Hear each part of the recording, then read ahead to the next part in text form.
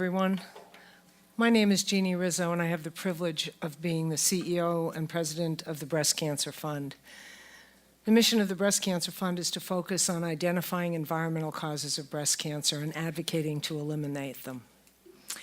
I'm here today to talk about plastics and breast cancer, but what I'm really here to talk about is a vision of the world in which women do not live in fear of losing their breasts or their lives to breast cancer because of the decisions that we make today and tomorrow. Yesterday's decisions have already taken their toll. Well over 200,000 women, and increasingly men, will be diagnosed with invasive breast cancer this year. Over 50,000 women will face treatment decisions about ductal carcinoma in situ, and over 40,000 women will die this year alone. This reflects back to us the failure of our industrialized society to take care of the most vulnerable amongst us. When I was growing up, an immediate post-World War II baby, my second-generation Italian-American family was abandoning the ways of the past. They were leaving the old country behind. With heavy accents, the women in my big family hosted Tupperware parties. I don't know if any of you remember those, but I'm going to point this somewhere. Okay. Selling everything from burpable containers to rolling pins to replace the great wooden rolling pin that my grandma used to have. The great thing about this thing is that it has a screw cap on the end of it. So you could put ice water in so you could roll your dough more effectively, but you could also carry your lemonade to the clam bakes and to the barbecues. And we did. And I still have that rolling pin. That is my rolling pin. I don't know what to do with it. I'm afraid to get rid of it. So we'll get rid of it now for a while. The factory that my mother worked in during the war was a piecemeal operation that made bullets. That plant was then converted after the war to a plastics plant. My dad came home and he went to work there. And he brought home all the seconds and all the odds and ends, things that we couldn't even figure out what to use, but we had plastic. We had plenty of plastic at home. At the same time, in our neighborhood, in our Italian neighborhood, there was a truck that came by 2-3 times a week. It was the vegetable man. And he would come by with this open truck with incredible fruits and vegetables. And he would signal his arrival with a bell and a yell. Vegetables, he would say. And we would run out with the flour sacks. And my mother would say, get whatever looks good. But get a couple of things that he's got for cheap, because even though they're a little bruised, they'll be okay, and I can put them up. And by put them up, she meant that she could put them up in jars for the winter. Well, at some point, the vegetable man stopped coming around. My mom stopped putting up tomatoes in jars and began buying canned foods. We had a second generation of children in my family, and they had plastic bottles, plastic baby bottles.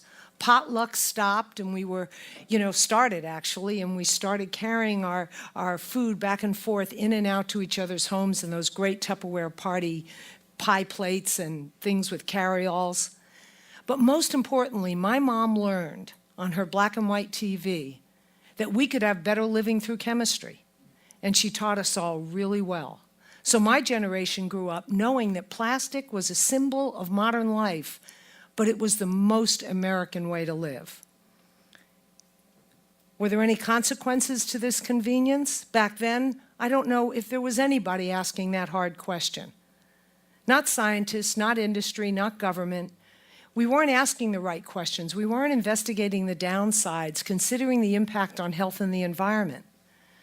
Time passed, and we still didn't know, or maybe we didn't want to know, that we were creating the building blocks of cancer. It has taken a generation for those hard questions to force their way up into our consciousness, and gratefully to be in this room. What is the price of plastic? 2 decades ago, women started asking tough questions about breast cancer. Women were sitting around kitchen tables in Long Island with maps of their communities and push pins, and they were putting a pin for every place where they knew someone had breast cancer.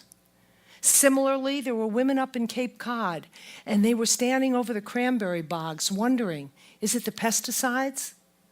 There were women in the San Francisco Bay Area asking, was it air pollution? because so many of them and their friends were being diagnosed with breast cancer. They knew something was terribly wrong, and they knew then that awareness was not enough. A decade or so later, some of those same women began asking, why are our daughters and our granddaughters breastbudding before they even enter middle school? What was going on? My journey to understanding that there is a connection between toxic chemicals and breast cancer, between the toxic chemicals in plastic and breast cancer, began with the death of one of those pioneering women from whom I learned so much and for whom I dedicate my work every day. I bring her into the room, and I ask you all in your hearts to bring into the room somebody you know, somebody you've lost from breast cancer. Dedicate the rest of our time together to that person. So I'm driven by a deep sense of inquiry about why there has been such a dramatic increase in the incidence of breast cancer since the introduction of over 80,000 synthetic chemicals, basically unregulated in this country, since my dad got home from that World War II. I know that I am at much greater risk than my mother was. As a mother and grandmother, I know that my two granddaughters are destined to an even more dramatic risk of early onset puberty and potentially of later life breast cancer. As a nurse, I'm obliged to ask the public health question, what are we doing about prevention? As an environmental health advocate, I need to look upstream. I need to find the causes of breast cancer, we all do, and we need to push the mainstream to pay attention. We know that a woman's lifetime risk of breast cancer is connected directly to her exposure to estrogen. The host of chemicals that go into making plastics, whether it's polystyrene, polyvinyl chloride, phthalates, bisphenol A, are all in one way or the other acting as carcinogens or disruptors of our endocrine system. We know that many of these chemicals act like estrogen and other hormones in our body, and it's this twisted mimicking of hormones that creates just the right and indeed the wrong conditions to provoke puberty and for breast cancer to thrive. There are literally hundreds of studies that affirm this. I don't know that we need science in this room to tell us that girls are going into puberty earlier, or that there is breast cancer in epidemic proportions, that 1 in 8 women in her lifetime will be diagnosed with breast cancer. So back to these chemicals in plastic and how they act in strange ways. They act at very low doses to cross the placenta and impact the developing fetus. Others will affect the mammary gland at very vulnerable times, windows of susceptibility and development, like that critical neonatal period, that baby period, the extended time of puberty, and I say that because we are extending puberty from very early breast budding through to girls' menstruation, and also during pregnancy. Some of these chemicals accumulate in our bodies and they cause continued harm because we're holding on to them. And then there are many others that we're exposed to every day, so we're resulting in a sustained, continuous exposure. And I think we've all heard there are multiple chemicals in plastic. We're not just exposed to one at a time. They interact with each other, they interact with our genetic makeup, and they even interact with the medications that we take. It's frankly a toxic load that we cannot sustain and we are not sustaining. And yet, we still seem to be more in love with plastic than we are with the truth. I want to focus just a minute on that chemical bisphenol A, BPA. You've heard about it in baby bottles, sports bottles, water bottles, sippy cups, food containers. And I want to draw particular attention to the fact that it is in the epoxy lining of food cans. That is an incredible, incredible realization for us that in our effort to make food safe, we have lined it with this toxic chemical, including infant formula. And bisphenol A is one of those oddball chemicals that causes greater harm at low doses, much lower than the allowable level under our regulatory system. BPA is also a very unstable polymer. It seeks fat easily. So it breaks itself down, it can't hold itself together, and then it gets into any fat-type food. So think about your coconut milk, your high-fat coconut milk, I don't know, nobody here is maybe having Campbell's Chunky Food, but it would be like that. It leaches into food. It has been shown to both cause mammary tumors and to interfere with the chemotherapy of women who have breast cancer. So why in the world is this chemical in food containers?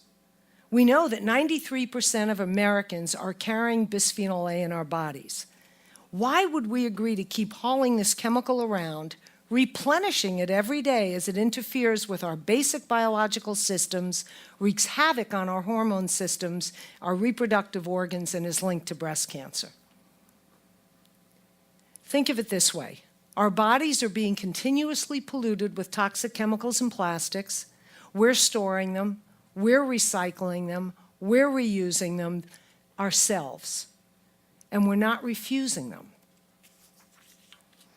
And if you consider that a woman's body is the first environment for her baby, you can clearly see the parallels between our concern for the mountains of plastic that are in our oceans and the similar trespass of plastics into our bodies.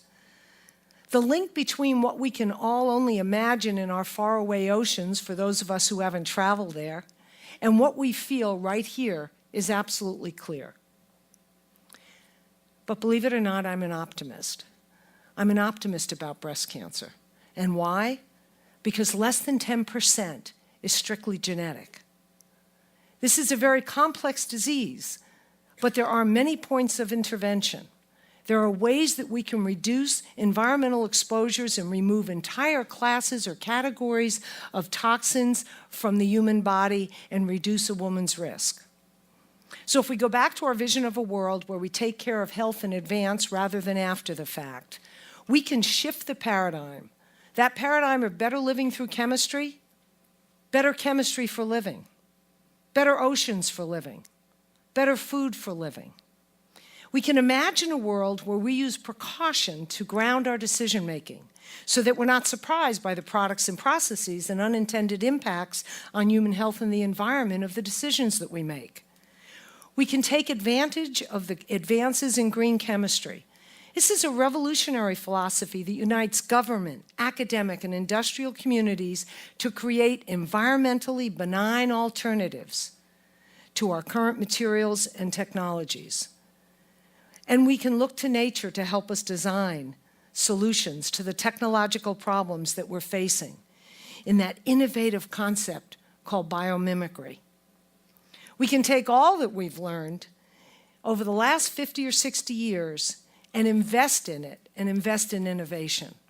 I think most importantly, we need to harness the energy that emerges from our collective knowing, our collective realization that protecting our daughters and our granddaughters and future generations of women from breast cancer and saving our environment are inextricably linked. And they're much more important than all the plastic bottles in the world.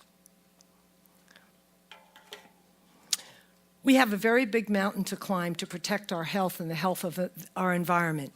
Every year, a group of breast cancer survivors goes up this mountain, carrying the message that we have to do something to prevent breast cancer.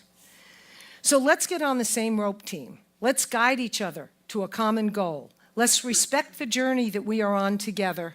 Let's keep our eye on the summit. Thank you very much.